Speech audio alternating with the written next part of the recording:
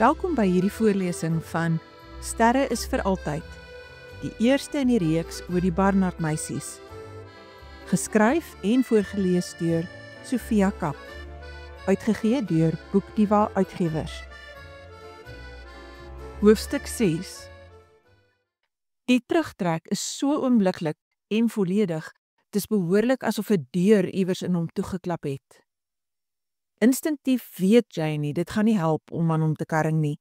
Sy ken dit, het dit al soveel keer gesien. In die skool met kinders, hulle ouers, by die dagsorg, by die werknemers in Eleanor se maatskappy. Mense wat nooit 'n veilige ruimte gehad het om emosies uit te druk nie, reageer so as hulle dink hulle gaan beoordeel en veroordeel word as hulle wys wat hulle voel. Hierdie man deel bitter min van homself met ander. Dit kan sy dadelik uit sy reaksie aflei. Trouwens, sy vermoed sterk die afgelope uur of wat hy met haar gesit en ginnegaap het, is glad nie vir hom normaal nie. Sy glo ook nie vir 'n oomblik dat sy geklets toe te skryf is aan enige besondere behoefte aan haar geselskap nie.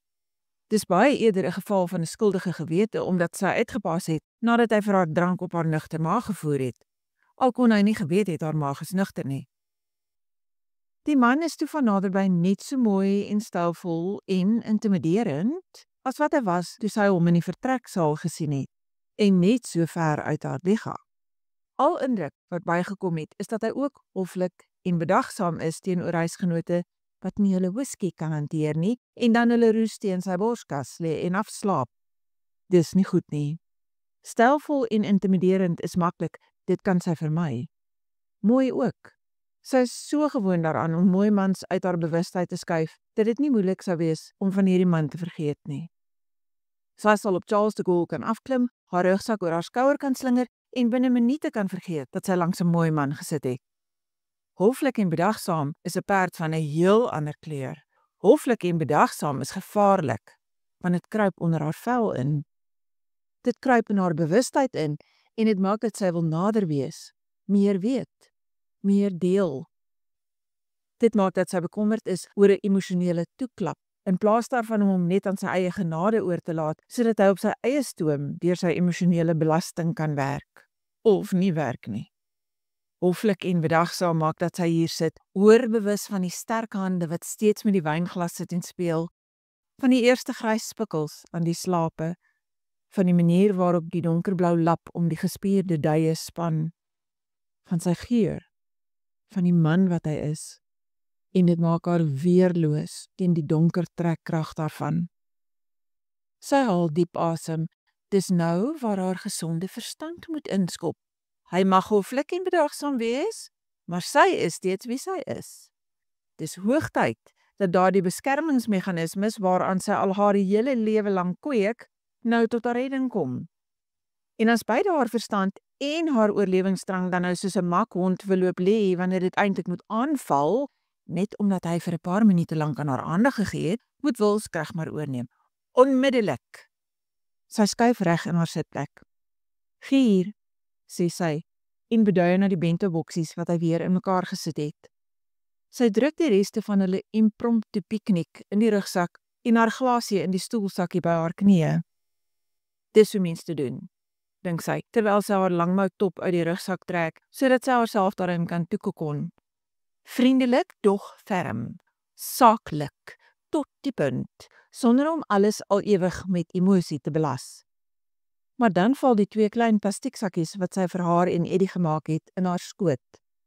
Sy wil dit eers terugprop in haar rugsak, maar hou dan tog die een sakkie na hom uit. Wat is dit? 'n Gesiglappie as jy dit wil hê. En oorpluisies, en 'n mondverfrisser, en kaugom vir ingeval 'n beer in die nag in jou mond poep. Hierdie keer lag hy hardop. Nie luidrigtig nie, maar dit is so eg en onbelemmer, dat sy die klank daarvan tot in haar gebeente voel vibreer. Saaklik, Janie, saaklik. Sy trek die top oor haar kop en grawe nog 'n keer in die rugsak vir die nekkussing wat Eleanor vir haar geleen het. Haal die oorpluisies uit en druk een van die verfrissers in haar mond. As sy haar hier in haar sitplek afsonder, kan sy dalk hierdie groeiende bewustheid in toom hou. Hy het nie beweeg nie, sit net so met die sakkie in sy hande. En nou? Stadig maak hy die sakkie oop en keer die inhoud in sy groot handpalm uit. Kyk lank daarna, dan na haar. Dis die laaste keer wat ek hom gaan ophaal, want ek dink nie hy is die ligtyd werd wat hy wel gekry het nie, maar ek wil iets sê en ek gaan dit sê. Eddie is 'n moroon.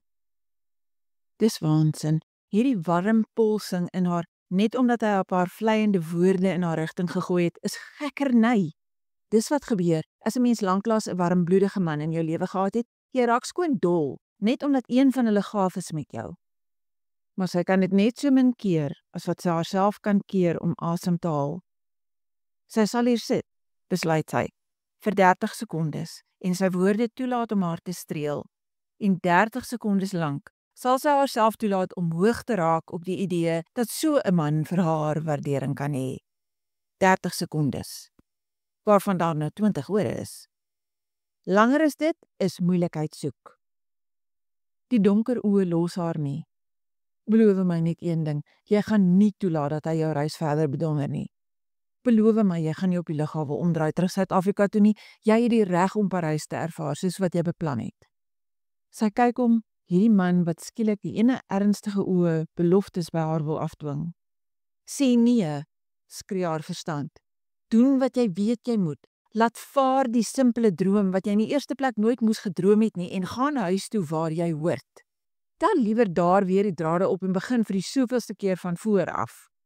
En omdat sy haarself net 30 sekondes kan beheer en die 30 sekondes verby is, vra sy, hoekom is jy so dringend op pad Parys toe?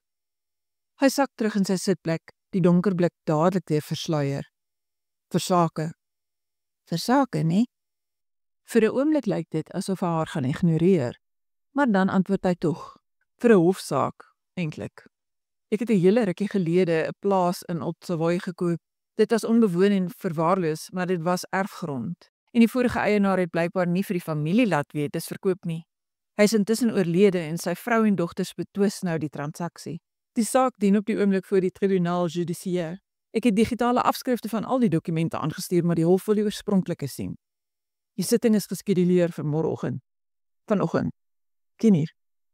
Die storie is bondig vertel en sonder enige soort emosie, maar sy kan aanvoel hier is meer aan die gang as 'n gekibbel oor 'n lappie grond iewers in die Boondoes. Sy gesigsuitdrukking is nog net so niksseggend as altyd, maar sy kan sien hoe sy kaak werk. Die grond hou vir hom baie meer waarde in as wat hy te kenne gee. Sy wag, maar sy kry niks verder nie. Jy lyk nie vir my na die tipe wat reëlings op die nippertjie tref nie. Hoe gebeur dit toe dat jy op bystand beland op die laaste moontlike vlug Frankryk toe? Die kaak bult weer. My PA moes die bespreking gemaak het en sy het vergeet. Sy bekyk die mond wat in dieselfde stram plooi getrek is as toe sy hom die eerste keer gesien het. Ek glo nie jy sal 'n PA aanstel wat vergeet om so 'n belangrike bespreking te maak nie. Laat ek raai. Die PA het gedink sy is saamgenooi en toe sy besef sy is nie, het sy die reëlings gekanselleer of eenvoudig nooit getref nie. Die blik vlieg op na hare en sy weet sommer haar klip in die bos was 'n koolskoot. Sy haal die nekkussing uit sy sakkie. Dis 'n bitterduur en fancy ding wat Eleanor in New York gekoop het en sy sweer dit hou jou regop in jou stoel al slaap jy die slaap van 'n Tibetaanse monnik. Jy hoef nie te verduidelik nie, jy skuld my niks, stel sy hom gerus. Ons is twee vreemdelinge wat toevallig langs mekaar op 'n vliegtuig beland het. Vanoggend, as ons op Charles de Gaulle aankom, gaan ons lewens uitmekaar asof ons nooit ontmoet het nie. Snaaks hoe haar maag 'n onaangename draai maak by die gedagte, en sy weet helder en seker dat dit ook nie die waarheid is nie. Hulle ontmoeting mag kortstondig wees en hulle mag die twee spreekwoordelike skepe in die nag wees, maar haar lewe sal beslis nie aangaan asof hulle nooit ontmoet het nie. Sy lig nietemin haar kem. Ek gaan nie 'n Eleanor op jou trek nie. Ek is seker jy het nie van my 'n preek nodig om te weet hoe onoordeelkundig 'n kantoorrevier is nie. Maar ek gaan wel vir jou sê, iemand wat self 'n hoofrol in 'n kliseë vertolk, moet dalk nie 'n medereisiger op 'n vliegtuig uithaal omdat sy 'n hoofrol in 'n kliseë vertolk nie. Daar is 'n effense blos op die sterk wangbene, maar sy blik wyk nie voor hare nie. Toe sê, dit lyk my ek skuld jou terwyl 'n verskoning. Ek is jammer, dit was ongevraagd en onverdiend. Okay dan. Sy lig haar waterbottel soos wat hy gemaak het en wag dat hy syne daarteen klink. Ek beloof, ek sal nie op die lughawe omdraai nie, ek sal Parys toe gaan soos wat ek beplan het. Sy kan behoorlik sien hoe die spanning in hom skiet gee. Die stroefheid om die mond is heeltemal weg en daar is 'n warmte in die oë wat veroorsaak dat haar bloed vinniger deur haar are jaag. Skip in die nag, Janie, skip in die nag. Saaklik tot die punt 30 sekondes. Dit werk ook amper tot hy sy arm oophou en sê, aangesien jy niks verder as die lughawe iets met my te doen wil hê nie, kan jy gerus maar weer hier in my arm kom lê. Sy was op pad om die pluisies in haar ore te druk en haar in die nekkussing vas te klik en sy bekyk hom agterdogtig. Hoekom? Spottende grin ek. Jy slaap lekker in my arm. Ek beloof jou, jy is heeltemal veilig. En as jy by die huis kom, kan jy altyd vir Eleanor vertel, jy het by 'n wildvreemde man op die vliegtuig geslaap. Dit behoort haar so te ontstel dat sy heeltemal vergeet om jou oor wat se naam te kastei. Sy lag oor die grappie, maar huiwer steeds om sy aanbod te aanvaar. Sy wil nie nog 'n keer voel hoe reg dit is om teen hom op te krul nie. Sy moes in die eerste plek nooit hierdie verbintenis met hom gevoel het nie, moes nooit met hierdie bewustheid in haar gesit het, op 'n vlak wat sy self nie eers mooi begryp nie, dat hulle in mekaar pas, dat hulle lewens pas, dat haar menswees in syne pas, soos wat haar lyf in syne pas. Ek wil nie hê jy moet ongemaklik wees as gevolg van my nie. Jamie, as jy nie wou gehad het, ek moes ongemaklik wees nie, moes jy nie langs my op die vliegtuig gesit het nie. Kom lê, daar is nie meer veel van die vlug oor nie en ons het albei die rus nodig. Sy kan nie verder beswaar maak sonder om kleinlik te klink nie. Daarom maak sy soos wat hy sê, voel hoe sy arm weer om haar vou, voel die sterk, ritmiese klop van sy hart onder haar wang, die warmte van sy groot borskas onder haar handpalm, voel tot haar eie afgryse, hoe daardie hitte wat nou al hoe lank smeel in haar ontplof. Dit knetter, dit vonk en met elke asemteug, met elke hartklop, skroei dit in haar dieper, soeter, heerliker. Tot haar konsternasie voel sy hoe haar borste onder die dik top in harde punte saamtrek. Janie, hou op. Dis jou grootste probleem. Elke keer as 'n man net vriendelik is met jou, kry jy krieke in jou ingewande. Hy is dieselfde man wat jy by die instaphek gesien het, stelvol en uit jou liga. Eddie is jou liga, en nie eers Eddie wou saam met jou Parys toe gaan nie. Maak liewer toe jou oë en probeer uitpluis hoe 'n mens binne 'n dag 'n romantiese verjaarsdag wegbreek vir 2 en 'n sinvolle verjaarsdag wegbreek vir 1 kan omskep. Sy was ook net op pad om dit reg te kry, het reeds besluit dat sy alles in haar reisplan sal kan insluit, nou dat sy nie ook vir Eddie metrokaartjies en kos hoef te koop nie, toe sy voel die groot borskas onder haar beweeg. Sy voel hoe hy skuif, sodat sy nog sekuurder in sy omhelsing pas. Voel hoe sy ken op haar kroontjie kom rus. Voel hoe sy asemhaling verdiep en hy uiteindelik ook wegraak. Fatalisties sluit sy haar oë. Wie was dit wat gesê het die beste manier om oor 'n gebreekte hart te kom, is om dit weer gebreek te kry? Sy weet nie, maar wie dit ook al was 'n boks. En reg. Indien jy die volledige Sterre is vir altyd op YouTube wil volg, teken in op my kanaal. Dit doen jy deur op subscribe onder die video te klik. As jy op die klokkie klik, laat YouTube jou weet wanneer ek die volgende hoofstuk laai. Indien jy eerder die papierboek wil hê, kan jy dit bestel by Graffiti Boeke. Ek plaas die skakel in die beskrywingsboks hieronder. Sterre is vir altyd is slegs beskikbaar by Graffiti Boeke en Bargain Books.